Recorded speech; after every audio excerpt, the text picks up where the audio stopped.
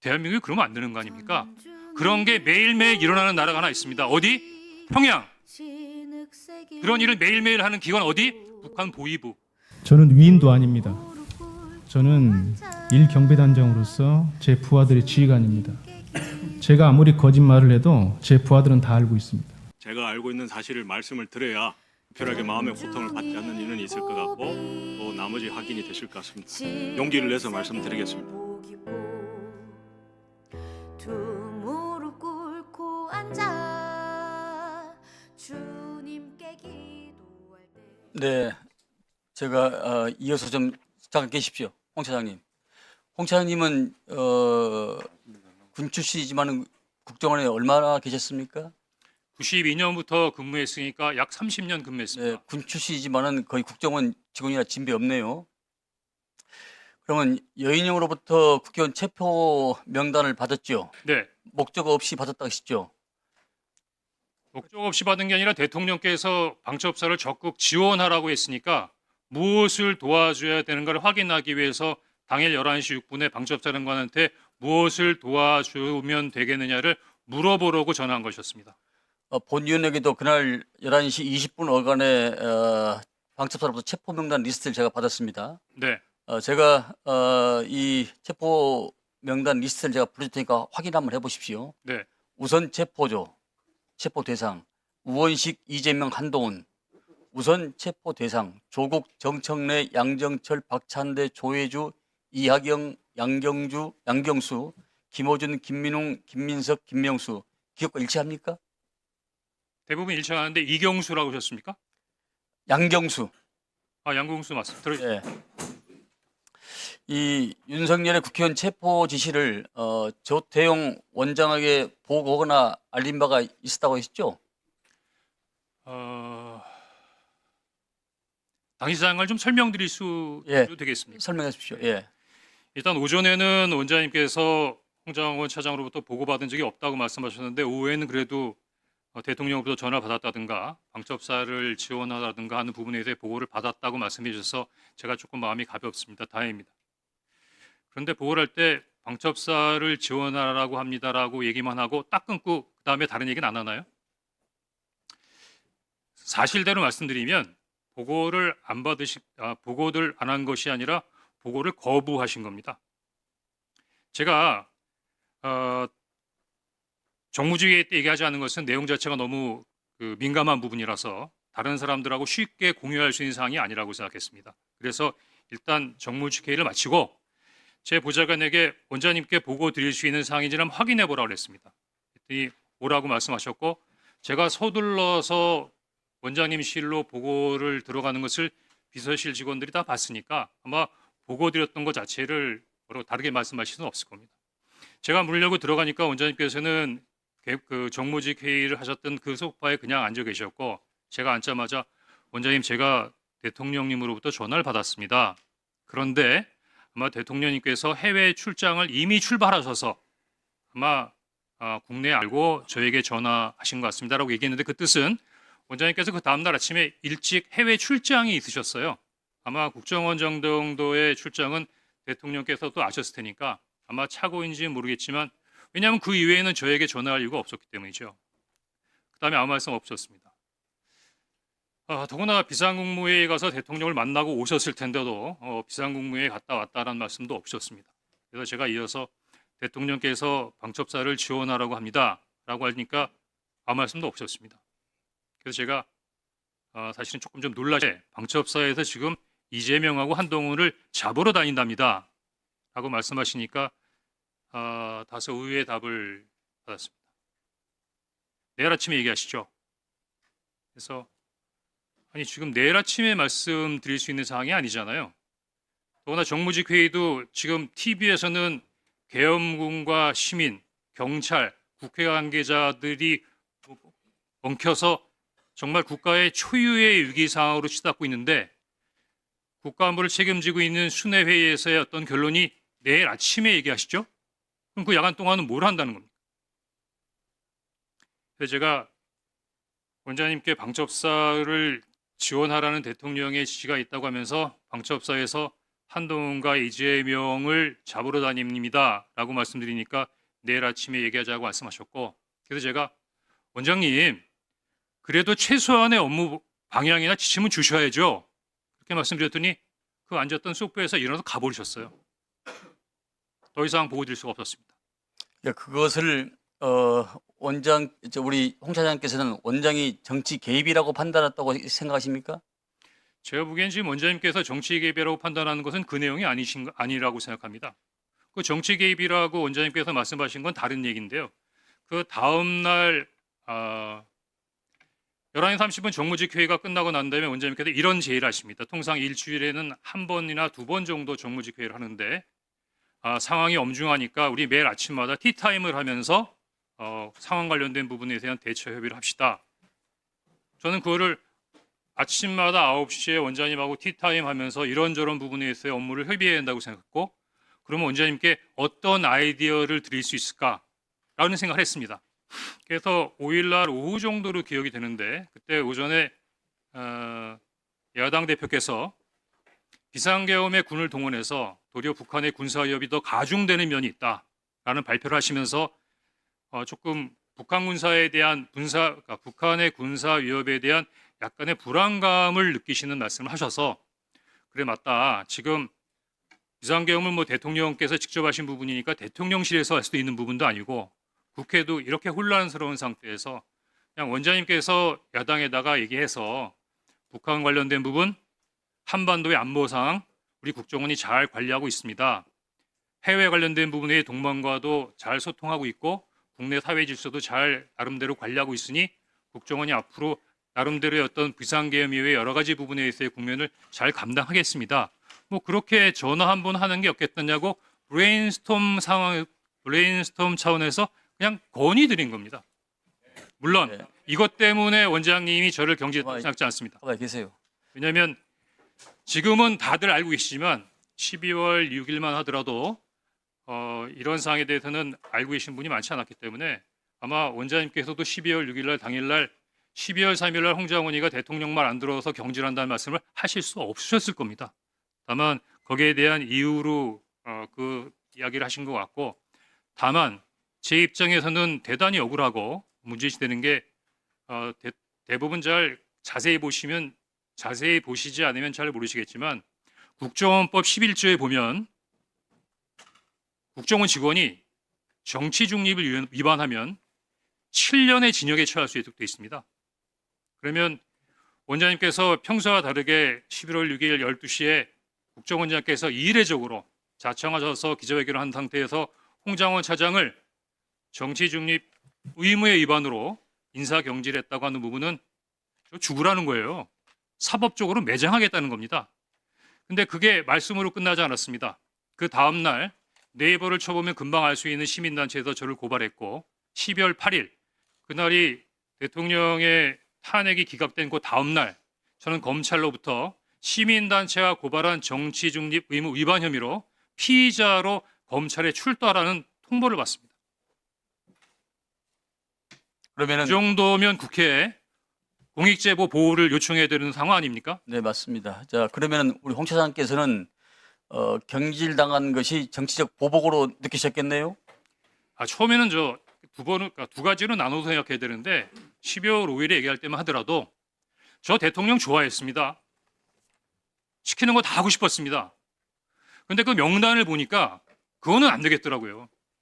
예를 들어서 위원장님 집에 가셔서 편안하게 가족들하고 저녁 식사하고 TV 보시는데 방첩사 수사관과 국정원 조사관들이 뛰어들어서 수갑 채워서 벙커에 갖다 넣었다.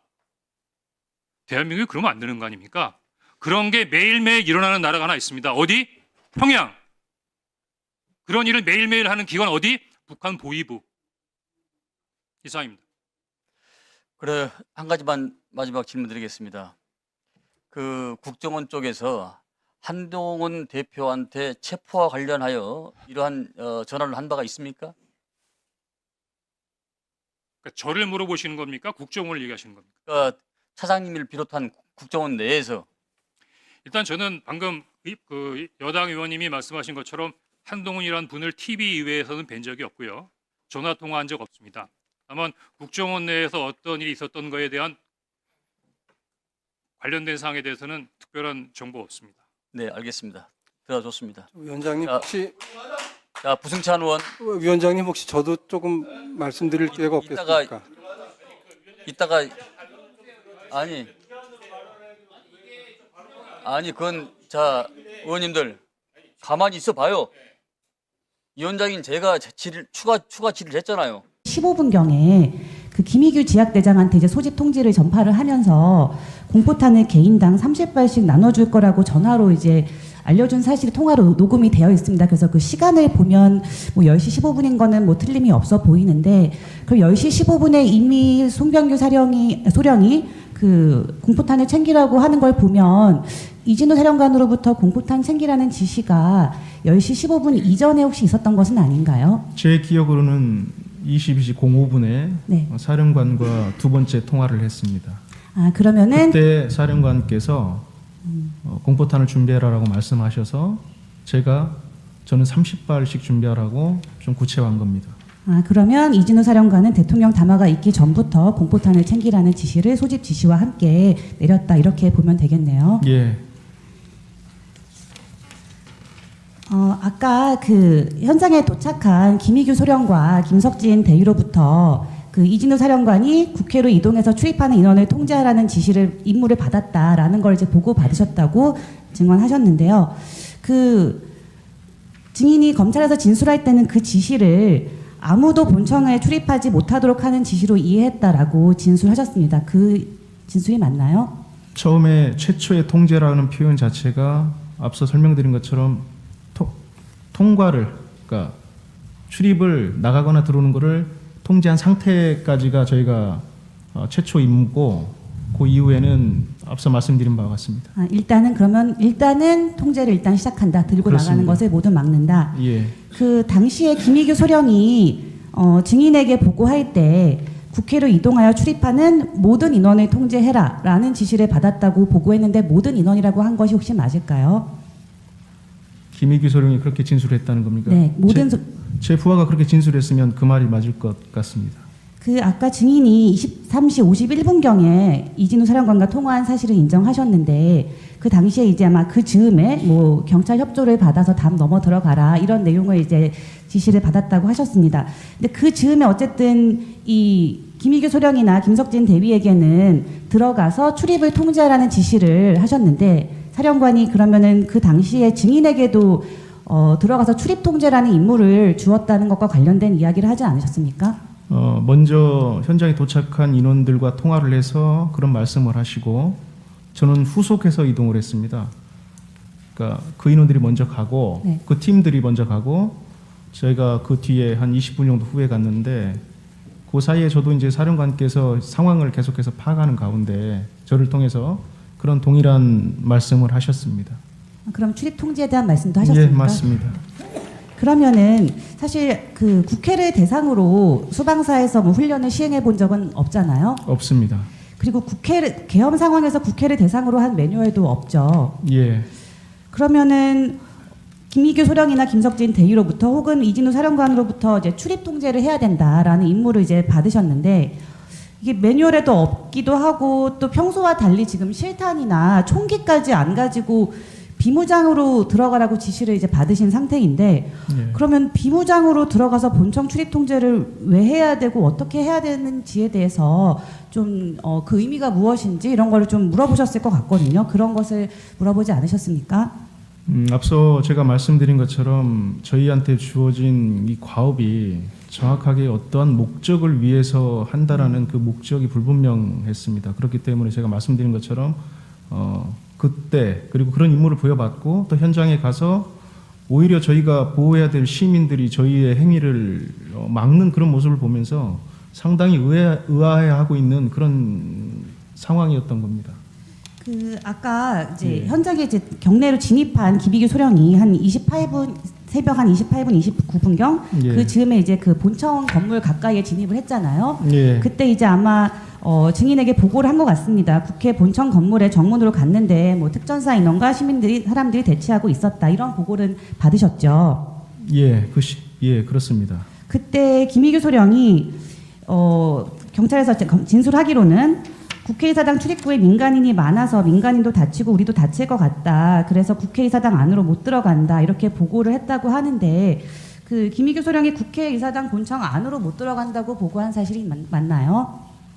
예, 제가 그렇게 보고를 받았고 그래서 무리하지 말고 다른 곳이 있는지 한번 찾아보라고 했던 기억을 하고 있습니다. 그렇죠. 그래서 김의규 소령이 우회해서 들어갈 수 있는 문을 찾아보겠다. 이렇게 말씀을 드리고 증인에게 증인이 이제 그러면은 뭐 본청 뒤쪽이나 다른 곳을 찾아보라. 이렇게 말을 하고 일정 시간 후에 김의규 소령이 후문에도 특전사 인원과 사람들이 대치하고 있다. 이런 보고를 했던 것이죠. 예, 그러면은 김의규 소령은 어쨌든 뭐 정문을 통해서든 혹은 정문이 사람이 많으니까 뭐 다른 후문이나 이런 문을 통해서든 본청 안으로 들어가려고 했던 것이 맞나요?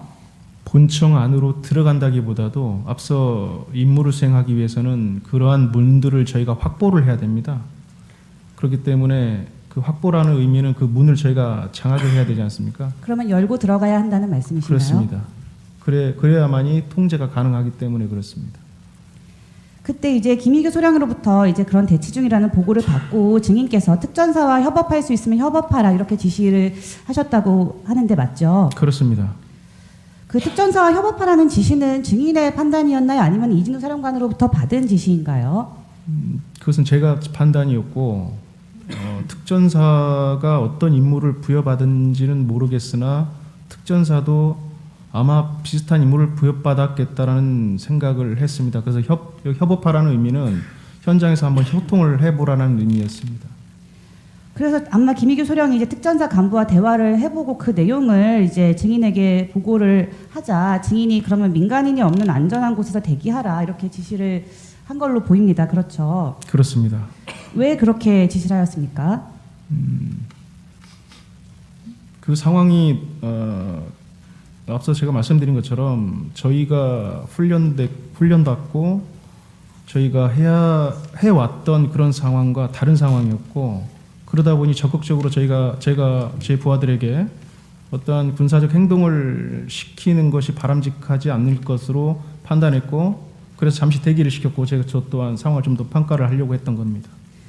그 일정한 이제 대치 상황이 좀 있으면 질서 유지를 위한 활동을 하려면 어쨌든 국회에서 국회의 기능이 정상적으로 작동하게 하려면 국회의원의 출입은 보장할 수 있도록 이렇게 해야 될 것 같은데 그 국회의원의 출입을 시키도록 뭐 현장에서 질서 유지를 해라 혹은 국회의원은 출입시키는 것으로 하면 되는지에 대한 뭐 지침을 이진우 사령관에게 구하진 않았습니까? 예. 그런 어떤 질문을 구할 여력이 없었던 것이 최초 부여했던 통제에 대한 임무도 그 당시에는 저희가 실행을 하거나 하기에 어려운 상황으로 제가 평가하기 때문에 그렇습니다. 그러면은 김의규 소령으로부터 보고받은 그런 현장 본청 앞에서의 상황에 대해서 이진우 사령관에게 전화로 보고하셨나요? 기억으로는 분명 말씀을 드린 것으로 제가 기억하고 있습니다.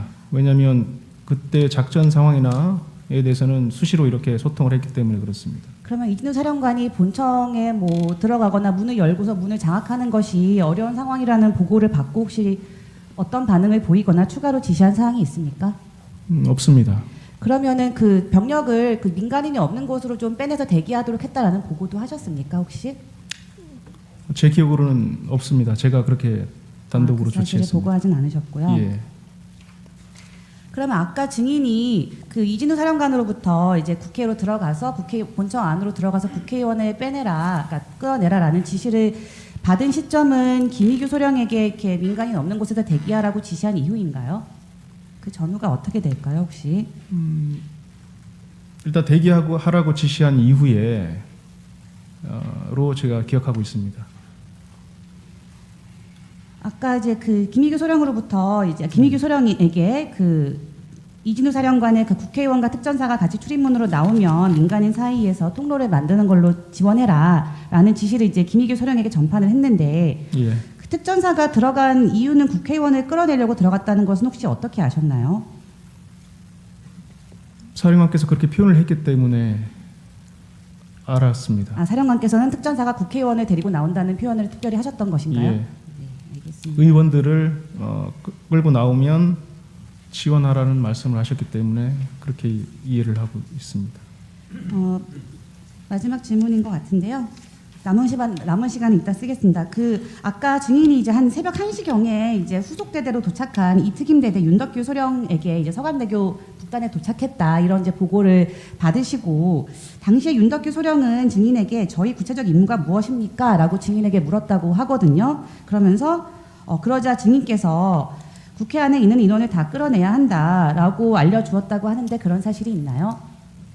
그렇게 뭐 진술했으면 그러니까 부여받은 임무는 그것이 우리의 임무는 그것이다. 그것은 이제 타임라인을 보면 제가 사령관으로부터 제고된 명령을 받고 난 이후에 통화한 건데 그것은 저희 경비단뿐만 아니라 특수전사령부 특전사까지 포함해서 아마 국회 내에 인원들을 끌어내는 임무를 부여받은 것 같다라고 표현을 했습니다. 네, 남은 거 이따 쓰겠습니다.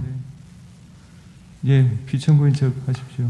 증인, 방금 타임라인상 이준우 사령관한테 지시를 받고 그 시간 어간에 지시를 한 것이라고 얘기했잖아요. 예, 그렇습니다. 말씀드리겠습니다. 증인은 사령관으로부터 받은 지시가 불법이라 이행하지 않은 것처럼 의인처럼 지금 행동을 하고 있습니다. 그렇지만 그 밑에 부하 군인들의 얘기와 전혀 다르고 이미 지시가 내려간 것으로 얘기를 하고 있습니다. 우선 통제하라는 지시를 받았다는 것 관련해서 수방사의 임무 매뉴얼과 전혀 다릅니다.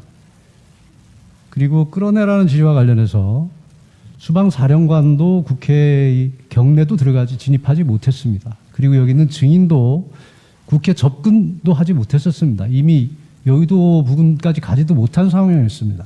그리고 안에 들어가 있는 군인은 15명 정도밖에 안 됐습니다. 그런데 그 당시 상황을 보면 00시 30분에서 01시경이라 하면 대부분의 국회의원들이 그날 표결했던 국회의원들이 다 들어가 있었고 국회 상황은 군인들과 일반 시민들로 굉장히 혼잡한 상황이었습니다. 그런 상황에서 15명의 군인, 들어가지도 못하고 대기했던 군인들을 상대로 끌어내라고 지시한다는 것은 상식에 맞지 않습니다. 그리고 증인 본인도 오늘 증언한 내용이 수사기관에서 진술한 내용과 다르게 또 진술을 하고 있습니다. 수사기관의 진술 조서에 대해서 내용을 부인하고 있는 것입니다. 결론적으로 말씀을 드리면 본인이 증언한 내용들이 객관적 상황과 맞지도 않고 밑에 부하 직원들의 진술과도 맞지도 않습니다. 그리고 본인도 진술을 다시 번복하고 있습니다. 이런 점에 비추어 보면 증인의 진술은 여러 가지 면에서 다른 목적을 가지고 허위로 진술하고 있다고 밖에는 볼 수가 없습니다. 따라서 증인에 대한 진술 조서는 증거로 사용할 수가 없습니다. 이상입니다. 재판관님 답변의 기회를 주시면 제가 답변을 해도 되겠습니까? 네. 저는 위임도 아닙니다. 저는 일경비단장으로서 제 부하들의 지휘관입니다. 제가 아무리 거짓말을 해도 제 부하들은 다 알고 있습니다. 그렇기 때문에 저는 일체 거짓말 할 수도 없고 해서도 안 된다고 생각합니다. 저는 제 역할을 수행하는 것이고 그때 제가 했던 역할들을 진술할 뿐입니다.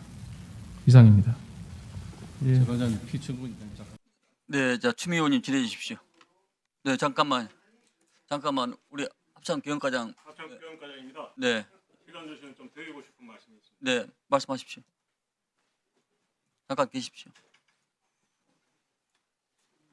불필요한 의혹을 낳지 말아야 되고 아까 용현 의원님께서 말씀하신 한중령 관련해서 제가 알고 있는 사실을 말씀을 드려야 불필요하게 마음의 고통을 받지 않는 이유는 있을 것 같고 또 나머지 확인이 되실 것 같습니다. 용기를 내서 말씀드리겠습니다. 제가 계엄 당일날 합참 전비 차장으로부터 이신속 대응사단 예하에 이신속 대응사단이 아니라 그렇게 얘기했습니다. 이신속 대응사단 예하에 201, 203 예단이 출동은 아니며 만약 출동을 지시하면 출동할 수 있는 준비를 전달하라고 하였습니다. 그리고 그에 따라서 저는 그 상황실을 구성하고 있는 것에 지원되어 있던 아까 말씀하신 한중령과 그 대테러 특수전 과장이라고 있습니다. 함께 왔던 그 대테러 특수전 과장에 이 내용을 전달하라. 그 이유는 원래 작전처, 계엄사의 작전처가 계엄 임무 수행과 관련된 그 역할을 하기 때문입니다. 그런데 제가 그 사항을 듣고 나서 만약에 그럼 출동을 한다면 어떤 수단으로, 예를 들면 차량인지 헬기인지, 그리고 출동을 한다면 복장은 뭔지, 단독군장인지 비무장인지 이런 게 어떻게 되느냐라고 합참전비차장에 문의를 하니 합참전비차장께서는 당시엔 제가 굉장히 당황스러운 답을 줬습니다. 그건 물어볼 필요 없고 그냥 체육복 입고 자고 있으면 돼. 뭐라고요? 그냥 체육복 입고 자고 있으면 돼. 네. 굉장히 이상한 답이에요. 지금 제가 드리는 말씀은 그동안 제가 5차례의 참고인 조사에 가서 다 일관되게 진술한 내용이고 그렇게 제가 답을 받고 그렇게 저는 전달을 했습니다. 그다음에 또 하나는 또 우리 용 의원님께서 52사단, 56사단 얘기하셨는데 당시에 작전회의실로부터 시작해서 계엄사 임시 상황실에 갔을 때 제가 명확하게 지시받은 사항은 국회에 지금 특전사와 수방사가 나가 있다고 하는데 대체 저 부대의 현황이 어떻게 되느냐 그것을 파악해봐라 라고 했고 또 그 내용도 제가 아까 말씀드렸던 대테러 특수전과장에게 그걸 파악해라라고 전달했고 저는 또 저 나름대로 파악을 했습니다. 근데 여기서 중요한 사실은 저 나름대로 파악을 했지만 또 제가 별도로 그 내용에 대해서 보고를 받거나 한 적은 없습니다. 그리고 오히려 52사단, 56사단이 출동 준비를 했다든지 이런 내용이나 이신속 대응사단이 출동 준비를 하고 있었다는 것도 검찰에서 제가 들은 바는 있는데 오히려 저는 왜 그렇게 있었는지 잘 기억이 나지 않고 오히려 어쩌면 혼란스러운 상황에서 뭔가가 전파하고 하는 과정상에서 뭐가 이렇게 좀 너무나 경황 없다 보니까 서로 간에 실무자 간에 전달받는 과정상에서 뭐가 이렇게 잘못 파악되고 한 게 아닌가. 이건 지극히 제 개인적인 추정입니다. 다만 명백한 사실은 201, 203에 대한 전달은 제가 받았고 제가 했습니다. 출동 준비를 하고 있어라. 아닙니다. 이 표현이 굉장히 독특한데 만약 출동을 지시하면, 그러니까 출동은 아니며 네. 만약 출동을 지시하면 출동할 수 있는 준비를 전달하라. 네. 네. 알겠습니다. 네. 수고하셨습니다. 예비사단까지 다 이렇게 준비하라 그런 얘기구만요. 용현 의원님, 우리 한모 중령이 와 계십니다. 네. 자, 그러면 추미애 의원님, 예.